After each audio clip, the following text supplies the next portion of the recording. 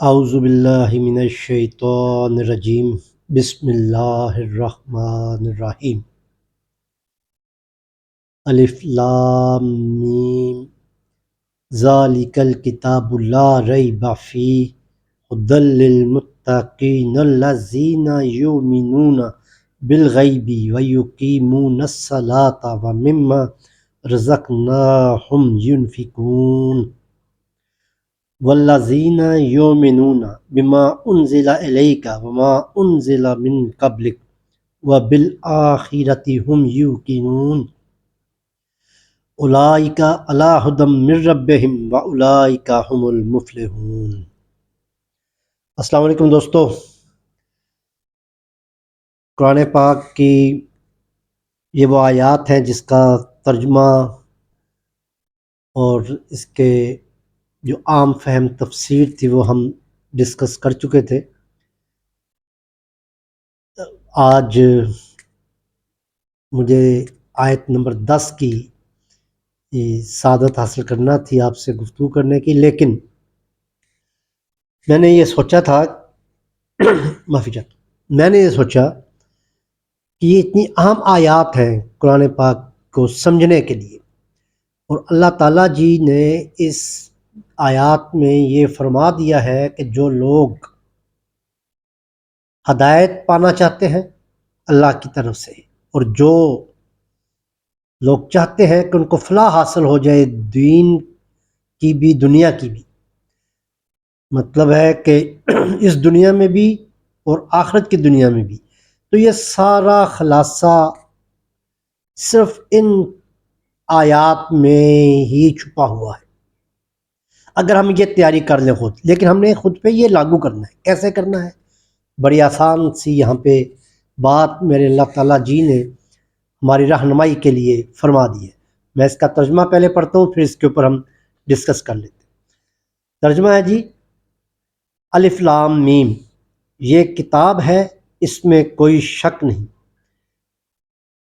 پرہیزگاروں کے لیے ہدایت ہے، جو غیب پر ایمان لاتے ہیں اور قائم کرتے ہیں نماز، اور جو کچھ ہم نے انہیں دیا اس میں سے خرچ کرتے ہیں، اور جو لوگ اس پر ایمان رکھتے ہیں جو آپ پر نازل کیا گیا اور جو آپ سے پہلے نازل کیا گیا، اور وہ آخرت پر یقین رکھتے ہیں، وہی لوگ اپنے رب کی طرف سے ہدایت پر ہیں اور وہی لوگ کامیاب ہیں۔ لو جی دوستو، سارا معاملہ جو ہے دین و دنیا کی فلاح و کامیابی کا تو ہمیں سورہ بقرہ کی پہلی یہ آیات میں سے ہمیں مل جاتا ہے۔ اب ہم نے کرنا کیا ہے؟ اگر ہم یہ صرف ہم نے قرآن پاک کو سننا اور سن کے آمین اور جزاک اللہ کہہ کے آگے بڑھ جانا ہے تو پھر تو واقعی کوئی فائدہ نہیں۔ ہم نے یہ سلسلہ اس لیے شروع کیا ہے کہ ہم اس کی مدد سے اپنے آپ میں کوئی تبدیلی پیدا کریں گے، اور وہ کیا تبدیلی ہے جو ہمارے لیے فلاح کا اور ہدایت کا باعث بن سکتی ہے۔ یہ خزانہ یہ اللہ تعالیٰ نے کہہ دیا ہے تو وہ ملے گا۔ کرنا کیا ہے؟ بڑا آسان ہے۔ ہدایت تو ملتی ہے ان لوگوں کو جو متقی ہیں۔ متقی کے بارے میں ہم نے بتا دیا، وہ ہے جو برائی سے گریز کرتے ہیں، برائی سے بچتے ہیں۔ جو لوگ برائی سے، کسی بھی برے کام سے، بڑا سمپل بات ہے، اور یہ اللہ تعالیٰ جی نے ہر بندے کو ذہن میں سمجھا رکھا ہے، ودیت کر رکھا ہے ہر ایک کے اندر کہ یہ کام برا ہے۔ اس کے لیے کوئی اتنا دور جانے کی ضرورت نہیں ہے، آپ کے اندر ہی آئیے کہ کون سی چیز بری ہے تو یہ آپ کو خود پتہ چل جاتا۔ لہٰذا اس کام سے ہم نے، اس عمل سے ہم نے بچنا ہے۔ ہر اس برائی سے اگر ہم بچنے کی کرتے ہیں تو قرآن کی ہدایت ہمیں ملے گی۔ اس کے بعد ہم نے کیا چیز اپنے اندر پیدا کرنی ہے؟ جب ہم یہ پیدا کر لیتے ہیں کہ ہم برائی سے بچنے کا ارادہ کر لیتے ہیں، اس پہ عمل پیرا ہو جاتے ہیں، پھر ہم پر تھوڑی سی بات ہے یہ عقل کی کہ غیب پر ایمان رکھتے ہیں۔ ہر دیکھی ہوئی چیز پہ تو ایمان ضروری نہیں ہے، بعض چیزیں عقلی لحاظ سے آپ کو سمجھ آتی ہیں، اس پر بھی ایمان رکھنا ضروری ہے۔ اگر عقل کسی چیز کی تائید کر رہی ہے تو وہ آپ کے سامنے نہیں ہے، اس کو بھی آپ عقلی بنیادوں پر دلیلوں کے ساتھ سمجھتے ہیں تو اس کو ماننا چاہیے۔ اس کے بعد وہ لوگ جو ہوتے ہیں وہ عبادت گزار ہوتے ہیں، وہ اللہ کے قریب رہنے کے لیے اس کی عبادت کرتے ہیں، نماز کا اہتمام کرتے ہیں، نماز قائم کرتے ہیں۔ اور اس کے بعد جو ضروری چیز ہے وہ یہ ہے کہ وہ اللہ نے جو ان کو مال دیا ہوا ہے اس دنیا میں، اس کے دیے ہوئے مال میں سے خرچ کرتے ہیں۔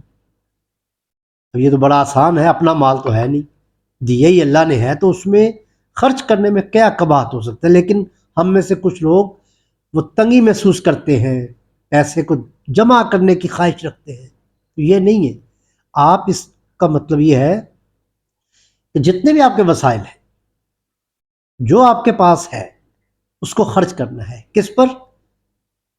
ظاہر ہے آپ اپنے اہل و عیال پہ خرچ کریں گے، عزیز رشتہ داروں پہ خرچ کریں گے، اپنے ہمسایوں پر، مہمانوں پر، آنے جانے والوں پر۔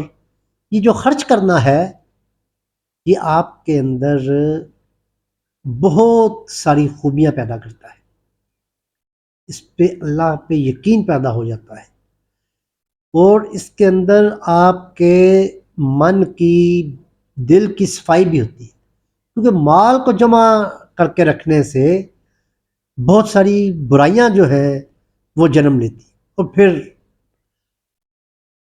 چونکہ یہ اللہ کا حکم ہے کہ آپ اس کو خرچ کریں، ہاں جائز کاموں میں آپ اس کا تصرف جو ہے وہ جائز کاموں میں کریں گے، اسراف نہیں کریں گے۔ اپنی ذات پہ آپ کبھی اسراف نہیں کریں گے، اپنے عزیز رشتہ داروں پہ خرچ کریں گے، اپنی اولاد پر، اپنے بیوی بچوں پہ خرچ کریں گے، جتنی آپ کی وہ حیثیت ہے اس کے مطابق خرچ کریں گے۔ اس سے کچھ بڑھ کر بھی آپ ان کے اوپر خرچ کر سکتے ہیں جو آپ کو، اس کے بعد جو آپ کو عزیز رشتہ دار ہے وہ ساری باتیں آپ کو خیر پتہ ہے۔ اس کے بعد ان کے اندر یہ خوبی ہوتی ہے کہ وہ ایمان رکھتے ہیں قیامت کے دن پر۔ قیامت کا دن کیا ہے؟ جس میں ہم نے حساب دینا ہے اپنی ہر عمل کا۔ اس کو یہ پتہ ہو کہ میں جو کچھ بھی اس دنیا میں کر رہا ہوں اس کا مجھے حساب تو دینا پڑے گا۔ یہ خوبی اس کے اندر پیدا ہو جائے اور وہ ہر وقت جواب دہی کے منصب پہ رہے، جو جو بھی اللہ تعالیٰ نے اس کو دیا اس کو یہ پتہ ہو کہ میں نے اس کا جواب دینا ہے، تو پھر اس کا طرز عمل یقیناً وہ ان لوگوں سے مختلف ہوگا جو بے دریغ ہیں۔ اس کے علاوہ اس کے اندر کیا خوبی چاہیے؟ وہ جو نبی اکرم صلی اللہ علیہ وسلم پر جو نازل ہوا ہے اس پر وہ ایمان رکھتے ہیں، اور نبی اکرم صلی اللہ علیہ وسلم سے جو پہلے انبیاء تشریف لائے ان پہ جو نازل ہوا ہے اس پہ ہم یقین رکھتے ہیں۔ یہ جو ہے 4-5 خوبیاں جو میں نے آپ سے بھی ذکر کی، یہ کر لیں تو دنیا کی اور آخرت کی دونوں فلاح آپ کے پاس ہے۔ اولئک علی ھدی من ربہم واولئک ھم المفلحون۔ یہ وہ لوگ ہیں جو اپنے اللہ کی طرف سے ہدایت پر ہیں اور فلاح پانے والے۔ یہ فلاح اس لیے میں نے کہا تھا کہ 10ویں آیت شروع کرنے سے پہلے میں آپ کے ذہن نشین یہ کر دوں کہ اگر آپ نے یہ کر لیا، یہ خوبیاں اپنے اندر پیدا کر لی، تو پھر آگے ہم چلتے ہیں تاکہ جو آیات قرآنی ہیں اس سے ہمیں استفادہ جو ہم کریں گے وہ ہمارا عمل کا حصہ بنتا جائے گا۔ جب ہمارے عمل میں یہ آئے گا تو ہدایت اسی کا نام ہے۔ اگر ہم صرف سبحان اللہ اور جزاک اللہ تک رہیں گے تو اس کی تو ضرورت شاید اللہ کو نہیں ہے۔ آپ اپنے عمل میں اس کو اتار لیں تو آپ کو ہدایت یافتہ بھی کہا جائے گا، اور فلاح پھر یہ نہیں ہے، دنیا کی بھی فلاح ہے اور آخرت کی بھی فلاح ہے۔ امید ہے میری ان گزارشات پر آپ ضرور غور کریں گے اور اسی طرح ہی کریں گے۔ تو اس کے بعد ہم کل سے باقاعدہ جو ہے آیت نمبر جو 10 ہے اس کو شروع کر دیں گے۔ وما علینا الا البلاغ المبین۔ السلام علیکم ورحمۃ اللہ وبرکاتہ۔